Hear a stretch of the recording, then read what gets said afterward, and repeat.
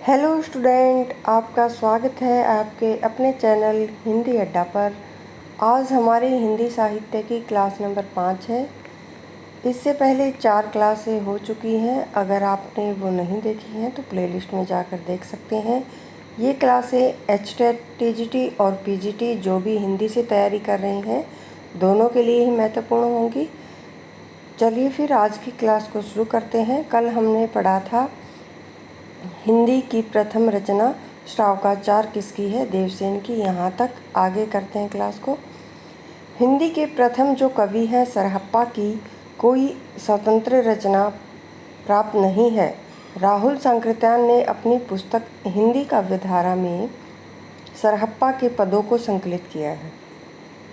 देखिए, हिंदी काव्यधारा किसकी पुस्तक है? राहुल सांकृत्यायन की।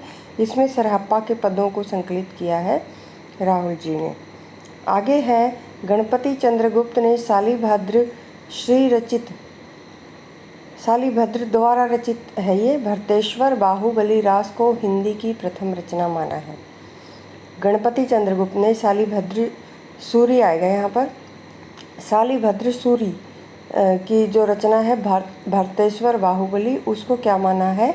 हिंदी की प्रथम रचना माना है। स्वयंभू, इन्हें अब स्वयंभू के बारे में डिटेल से पढ़ेंगे। स्वयंभू है, इन्हें अपभ्रंश का वाल्मीकि कहा जाता है। मोस्ट इम्पोर्टेंट प्रश्न है स्वयंभू कि अपभ्रंश का जो वाल्मीकि है वो किसको कहा जाता है? स्वयंभू को कहा जाता है। बहुत बार पूछा जा चुका है ये प्रश्न। अपभ्रंश का कालिदास, अपभ्रंश का आदि कवि, अपभ्रंश का आदि महाकवि भी स्वयंभू को कहा जाता है। इनकी जो रचनाएं हैं कौन कौन सी हैं? पौम चरियु, रिठनेमी चरियु, स्वयंभू छंद। ये रचनाएं किसकी हैं? स्वयंभू की। पौम चरियु में राम कथा वर्णित है। इसमें 5 खंड हैं: विद्याधर कांड, अयोध्या कांड, सुंदर कांड, युद्ध कांड और उत्तर कांड। इस ग्रंथ में कुल 90 संधियाँ हैं। संधियाँ यानी अध्याय है। स्वयंभू इस ग्रंथ को पूरा नहीं कर पाए थे, उनके पुत्र त्रिभुवन ने इसको पूरा किया था।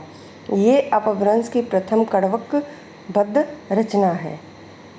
छंदों की निश्चित संख्या के बाद छंद बदल देने को क्या कड़वक कहा जाता है? कड़वा नहीं, कड़वक आएगा, कड़वक कहा जाता है। छंदों की एक निश्चित मात्रा के बाद छंद को बदल देना क्या कड़वक कहलाता है। इसमें 7 चौपाइयों के बाद एक दोहा दिया जाता है। रिठनेमी चरियु का संबंध कृष्ण काव्य से है। ये जो रचना स्वयंभू की है रिठनेमी चरियु, इसका संबंध किससे है? कृष्ण काव्य से है। इसकी कथा हरिवंश पुराण पर आधारित है। आगे है हमारा दूसरा कवि कौन? पुष्यदंत। इन्होंने स्वयं को अभिमान मेरु की उपाधि दी है। अभिमान मेरु की उपाधि किसने दी है? पुष्यदंत ने स्वयं को दी है। इन्हें अपभ्रंश का व्यास, अपभ्रंश का भवभूति भी कहा जाता है। इन्हें कवि कुल तिलक काव्य रचनाकार की उपाधि से विभूषित किया गया है। शिव सिंह सेंगर ने पुष्य कवि को भाषा की जड़ कहा है। भोला शंकर व्यास ने पुष्यदंत की तुलना कवि माघ से की है। संस्कृत के बहुत ही महान कवि हुए हैं माघ, उनसे की है। किसने? भोला शंकर ने। किसकी तुलना? पुष्यदंत की तुलना। यह आरंभ में शैव थे, बाद में जैन धर्म में दीक्षित हो गए। जो रचनाएं हैं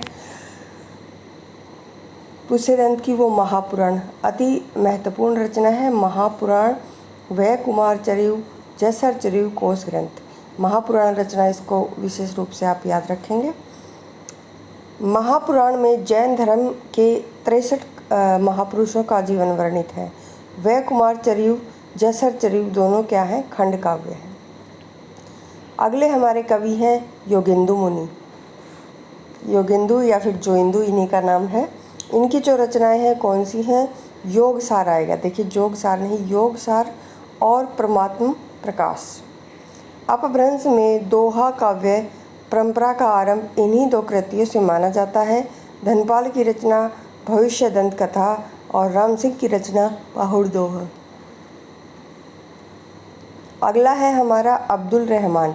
संदेश रासक इनकी क्या है, प्रसिद्ध रचना है और ये एक खंड काव्य है, अति महत्वपूर्ण है। संदेश रासक किसका है, अब्दुल रहमान का है।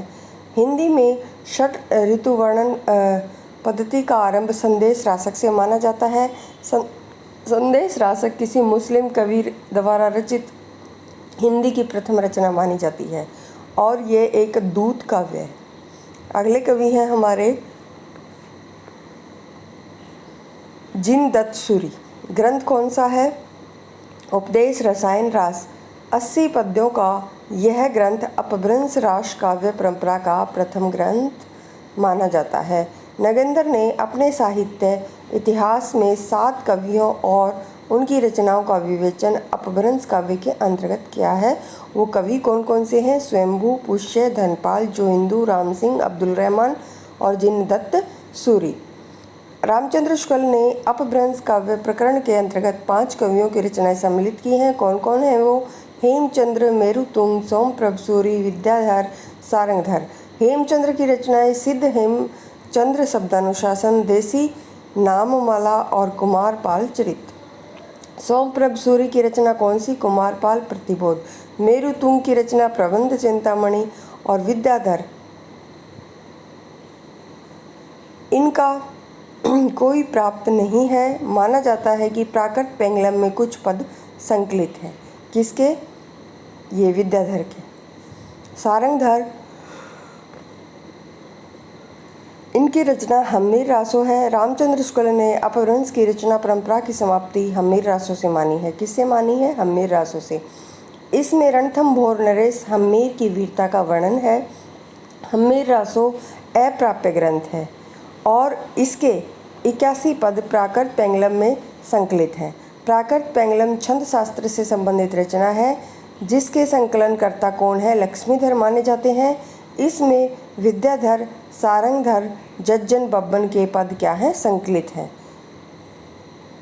बस आज के लिए इतना ही। आगे कल की क्लास में हम आदिकालीन जो साहित्य है उसका वर्गीकरण पढ़ेंगे, इसलिए क्लासों को आप ज़रूर देखें। अगर आपको क्लासें पसंद आए तो चैनल को शेयर और सब्सक्राइब ज़रूर करें। धन्यवाद।